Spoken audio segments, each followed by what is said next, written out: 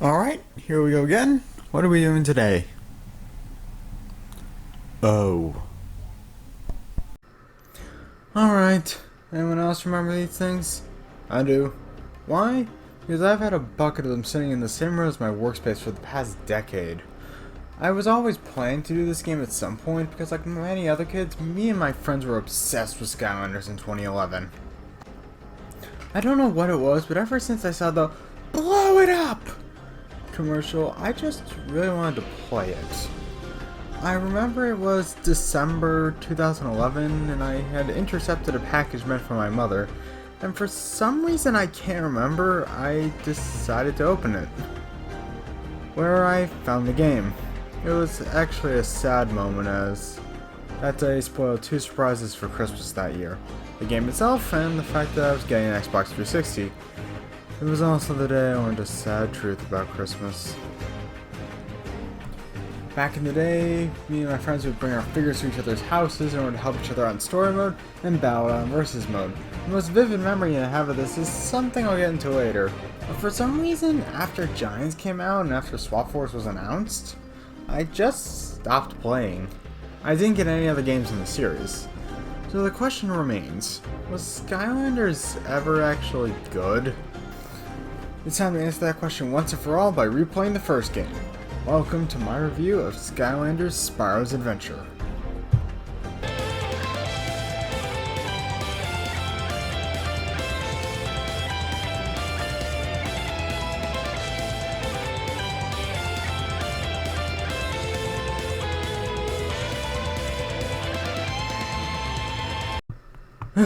So, as usual, we're starting with the story. In the magical land of Skylands, there existed portal masters and Skylanders who would protect the world. This was achieved not only by them, but by a device known as the Core of Light, which was under the protection of the last portal master, Eon, whose powers were weakening with age. This allowed the darkness to start returning. That was when the Master of Darkness, Chaos, spelled K-A-O-S, because why not, attacked. I'll get into what I think of him later. Of course, Master Eon's Skylanders quickly jumped into the action, easily defeating Chaos's forces. That is until an evil silhouette appears and destroys the Core of Light, not only stripping Eon of his physical form, but banishing the Skylanders to none other than Earth, where Eon seeks a new portal master, the player, whose job it is to summon the Skylanders back to Skyland to rebuild the Core of Light and put a stop to chaos. Well, this honestly isn't that bad of a setup. Don't get me wrong, it's not great, but at least they try to give the Toys Life bit of the game a plot reason to exist. So, presentation. Not gonna lie, I'm not the biggest fan of it. Like, I don't hate it. It's alright, I guess. It's no Sonic Generations or Mario Galaxy, that's for sure. Still better than Guilty Gear 2 Overture, I guess. Not that that's much of an achievement. Actually, come to think of it, I might like Overture more, to be frank. The music isn't much better, it's just boring. With the exception of the boss being Clash with Chaos, but we'll get there. I don't think it helps that I've been playing a lot of East, Guilty Gear, and BlazBlue, which are series with phenomenal soundtracks, but that's not here nor there. Although I will admit the visuals seem to get a little better as the game goes on, but that's probably more of me getting used to it than anything else. I think the issue is that the game's too dark for my liking. The character animations are also nothing special, and the voice acting is pretty questionable at times, especially in the first stage where at times it feels like the game is talking down to you. We heard the Skylanders were all gone, but it's great to see you're here! That main road was destroyed, and now the townsfolk are all trapped inside! It's very dangerous! Then again, that might just be me. Huh. This game does not make a good first impression here. So, anyways, back to the plot. Eon's second in command, I think. Hugo is told to go to a village somewhere in Skylands, where the game finally starts. Now's a good time to talk about Skylanders' defining trait, the Toys to Life aspect. So, let's start with my thoughts on the figures, since I am actually a bit of a figure collector. These actually aren't bad. They're not amiibo, not even close to the quality of the fighting character figures I have, but I'd be lying if I said they were genuinely bad. They're also fairly durable considering they've been in a bucket for about 10 years and none of them broke. Calling me a little impressed. One thing I also like about these things is that there's actually some pretty interesting ideas here. You will never convince me that a robot dragon isn't cool, and you cannot say that the concept of a phoenix dragon isn't completely badass. Overall, I don't agree with the notion that these guys completely lack personality. Well, at least when it comes to design of the characters.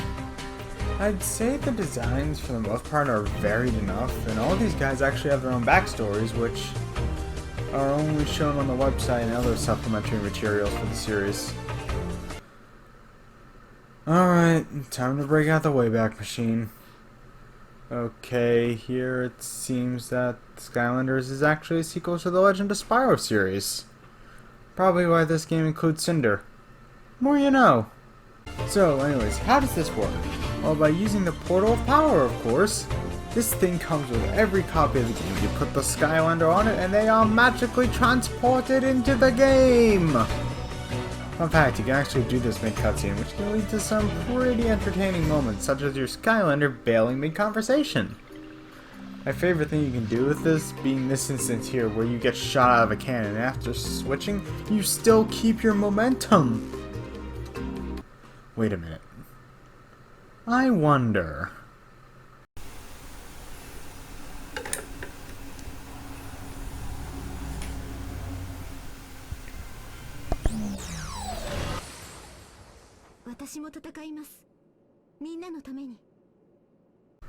Huh.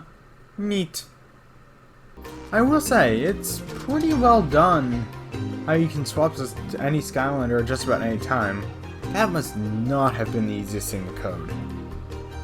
So, you summon your Skylander to where Hugo is, and this is a decent segue into how the game plays out.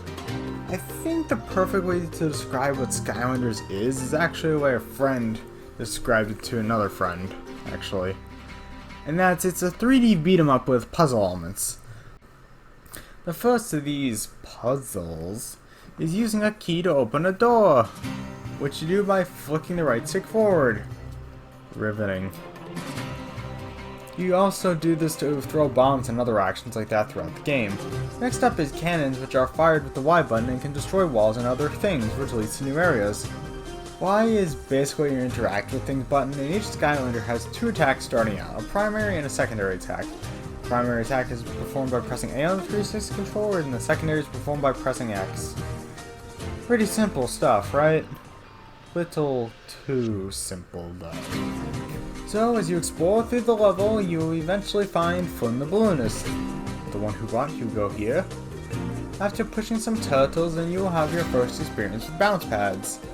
Yeah, there's no jumping in this game. You want vertical movement? Just hope and pray one of these is around. Okay, that was an exaggeration. The game is designed in a way that this isn't an issue. Flynn is honestly a bright spot in this game from the perspective of characters, because everyone else, save for Gurgle Finn, Sword of T-Bone, and someone else I'll get into in a bit, are super boring. His narcissism is somehow actually kind of endearing to a degree, or at least it's bound with energy, but that's getting too far ahead. Wow, I am all over the place with this one. There's just so much to talk about. So anyways, after getting thrown off a cliff, where we have our first monster encounter, and after that we are introduced to elemental gates, which are, well, gates that require a Skylander of a corresponding element to open. I'll get into these later, just know that opening these are required for 100% completion. Worried you're gonna forget all this? Don't worry, the game has you covered. It will never let you forget this stuff. Eon never shuts up. It's not that bad, like, he won't say use your primary attack to damage enemies, or use keys or bomb to do this, or something like that. but it does get annoying hearing him say, "You need a Skylander of the tech element to open this gate," for the millionth time. It gets even better in the hub world, where he really doesn't know when to stop reminding you to go to the next destination. So anyways, you evacuate all the villagers and the level ends. So from here you learn what happened to the core, which I already went over, and you are given the objective of the game. From now on, the game's missions are very formulaic in their story justification. Each stage is the player either finding a piece of the core of light, or finding something that will let you get a piece of the core of light. The most important of these being the eternal sources. So my thoughts on these levels. Well, the early ones for the air source are pretty bad. They're just too straightforward, with brain-dead puzzles and collectibles of the level being practically out in the open. But once you get to the water source levels, the levels start to improve a little, becoming more maze-like, and I was honestly starting to have some fun. Oh wait, before I forget, around this time is also when I was introduced to the lock puzzles, which were boring to say the least. My fun continued until around the mid-game, where the levels get a bit too long for my liking, and it isn't until the end-game where the levels shorten up again. I know part of this is my fault for not just going for pure speedruns of each level, but you know, there's more to each level than just the general run-through, like all the collectibles, and really not helping is the fact that the Skylanders, no matter who you pick, are pretty slow, meaning long levels take even longer, which is always a joy. No, seriously, even playing as a supposedly fast Skylander like Spyro will have you like holding down the charge move button just to try to get things moving. At the end of each mission, you are also given up to 3 stars depending on how well you did. For example, beating the stage under a certain time limit and finding all the treasure chests will help you obtain the 2nd and 3rd stars. Most of the important collectibles are hidden in one of 2 different ways. Either it's practically right out in the open, or it's behind an elemental gate. These are where the game actually tests your brain power a little. Most of the collectibles that are hidden behind here are the hats. I didn't know this was TF2. What do these hats do besides look extremely goofy? Well, increase your Skylanders stats, of course. That's the beginning and end of what they do. The only other thing to note about the gates is the fact that I think I may have found a potential soft lock behind one of them. Basically, what happened is if you fire Skylander dies in the puzzle, which can happen, you're kind of stuck there and just have to reload the level. Moving on to the scrolls, which 90% of the time aren't hidden in the slightest. Here you get some attempts of the game being funny disguised as lore. Yeah, these don't do much for me personally. Then again, maybe I'm just too old for this game's humor. After a while, I kind of stopped caring about the collectibles, to be honest. Chests stopped mattering because the gold safes of the Skylanders in use rather than a universal pool, which the Skylanders I was using by the mid-game didn't need any money at that point. I was just so tired about the game by the end, I just stopped bothering with the elemental gates. Also, before I forget, every so often there will be an area where a Skylander of a certain element will do more damage. Yeah, that's interesting, I guess. It also really doesn't help these levels case that the game is very easy. Like, don't get me wrong, I understand it's a kid's game, but outside of certain enemy types and a couple bosses, this game is a bit too much of a walk in the park, and really lacks the complexity to make up for that. I know it doesn't help that it came in with a bunch of max level Skylanders, since the levels and stuff like that saved to the toys and I could not be bothered to restart any of them. But even when I switched to the lower level ones and when I hit the midway point of the game where the game actually expects you to max level, I still had a little trouble beating it. Then again, I have beaten Mega Man games before, so maybe I've just increased my skills too much. But then I remember that there are plenty of easy games I love, so that's null and void. I'm gonna be honest, every time there was a level that didn't involve an eternal source, I audibly groaned in frustration. Like, I understand your game needs more than 8 missions, but dear lord did it get annoying when it got to the mid-game where I just wanted it to end. This was from around Stone Town to about the creepy Citadel. I just really wanted to turn the game off and move on with my life, but as usual... Unfortunately, I have way too many irons in the old fire to call it a day now. So I pushed through, and by the end I was having some fun with the Quicksilver Vault and Archean Armory. Then again, I was pretty much able to speedrun the game at that point. I was probably just happy it was almost over. Most of the Eternal Sources do require you to face some form of a boss fight, but these are pretty lame. Stone Golem was the exact moment where I just wanted to stop and go play something I actually enjoy, due to the lack of any form of boss music, and the boss being super slow and having moments where it's completely invulnerable, which makes this slow-ass boss take even longer.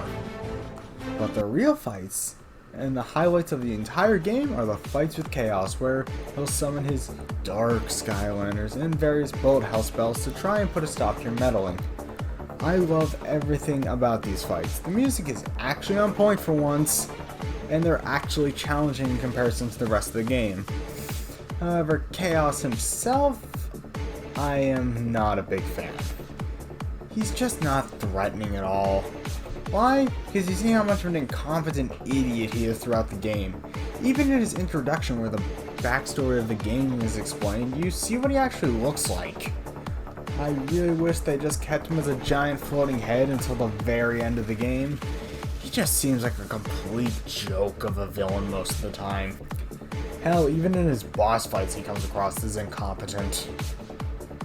This is really hammered home in the FMVs that play between some levels, where Chaos discusses the current state of affairs with his right-hand man, Glumshanks, who is by far the best character in the game. Even more so than Flip.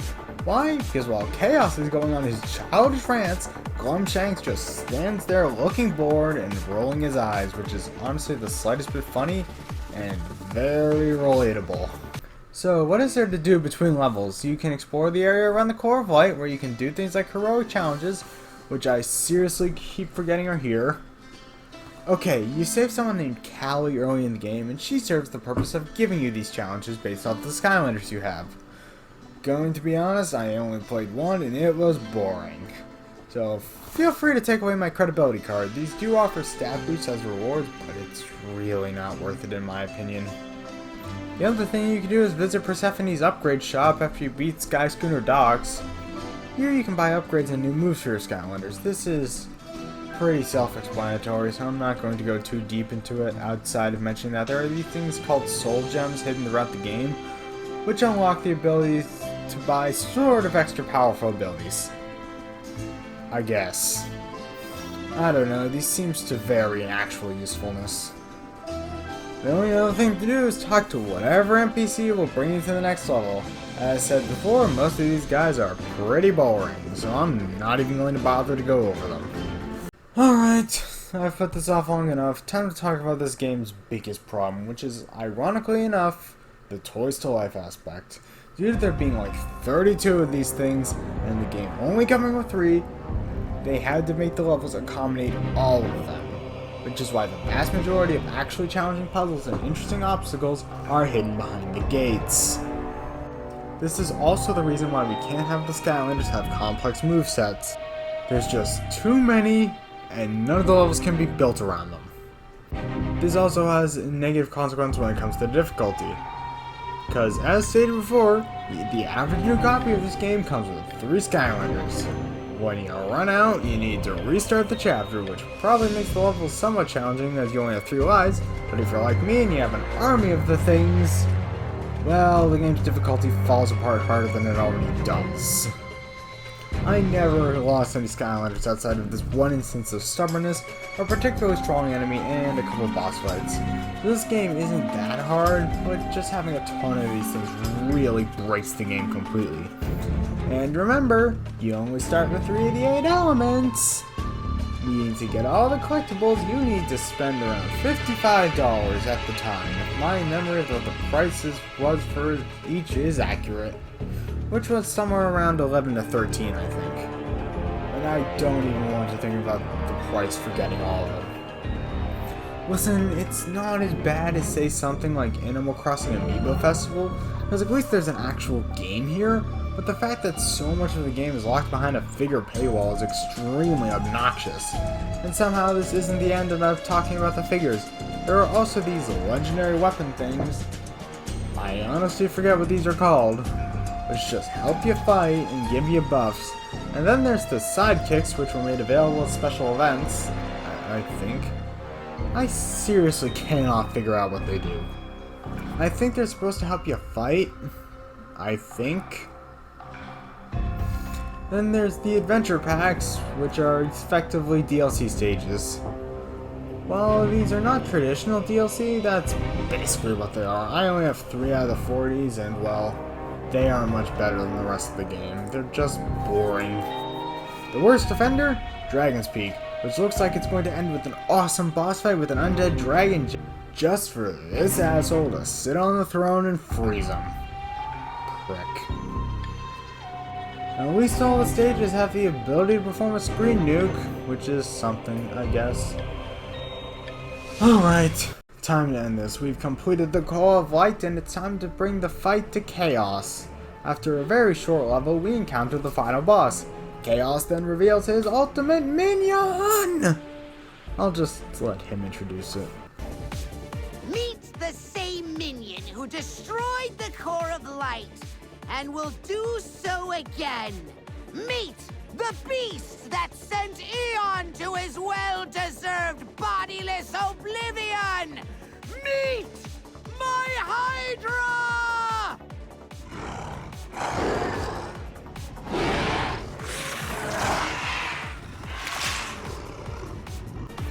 This thing looks awesome. As you know, I like dragons, so this Hydra looks amazing to me. Then again, it's a Hydra, so of course it looks amazing. So this is the part where I tell that memory I have regarding this boss. Back in 2011, I went over to my neighbor's house where we and a friend of his bought all of our Skylanders, and with our Skylander army beat this boss after several hours of trying, because as you know, back then we all sucked at video games. So I've been waiting years to relive this fight, so bring it on! Well, this is definitely harder than the rest of the game, with him using all 12 of his Dark Skylanders as well as having the Hydra attack with elemental spells. Fun fact, in the Wii version, if I remember correctly, he's actually harder because he heals back to full after you defeat all the Dark Skylanders once and for all. But anyways, I've managed to have only 2 Skylanders defeated so far. This is a bit of a letdown, I'm not going to lie. I mean, I wasn't expecting to take a month to beat him or something dumb like that. I just remembered the Hydra having more attacks is all. Well, I really did suck at video games back then.